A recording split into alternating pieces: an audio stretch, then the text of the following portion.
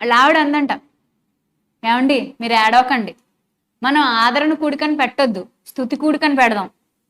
ఇప్పుడు ఏమైంది? ఇప్పుడు మన పిల్లలు దేవుని దగ్గరికి వెళ్ళిపోయారు, చేతులు ఎత్తి నమస్కరించాలన్నంత గొప్ప విశ్వాసాన్ని కనబరిచారు. నాకు వాళ్ళ అడ్రస్ తెలియదు, లేదంటే వెళ్దాం అనుకున్నాను. ఖచ్చితంగా ఈ 10 రోజుల్లోనూ ఒక్కసారైనా వెళ్ళాలని ఆశగా ఉంది. పొంగిపోలేదని చెప్తున్నాడు ఆయన. అంటే నిజమైన పరిచారకులు విశ్వాసంతో నిరీక్షణతో ఉంటారనే ఒక విషయాన్ని రుజువు చేశారు. అంటే నేను చెప్పేది ఎందుకంటే ఎప్పుడు మన పరిస్థితులు ఎలా ఉండవండి, మారొచ్చు. కానీ మనం ఫిక్స్ అయిపోతాం, పిల్లల్ని చూసుకొని, భర్తను చూసుకొని, లేదా ఇంట్లో పరిస్థితులు, మనకున్న టాలెంట్, మనకు వచ్చేది, మనం సమృద్ధిగా ఉంటాం, ఏ లోటు ఉండదు. ఎప్పుడైనా లోటు వచ్చేసరికి తట్టుకోలేకపోతున్నారు చాలా మంది. అంటే అనుకున్న పరిస్థితులు తారుమారైతే వామ్మో వాయు అని నెత్తి నోరు కొట్టుకుని ఏడుస్తున్నారు. అందుకే ముందే సిద్ధపడదాం అంటున్నాను నేను.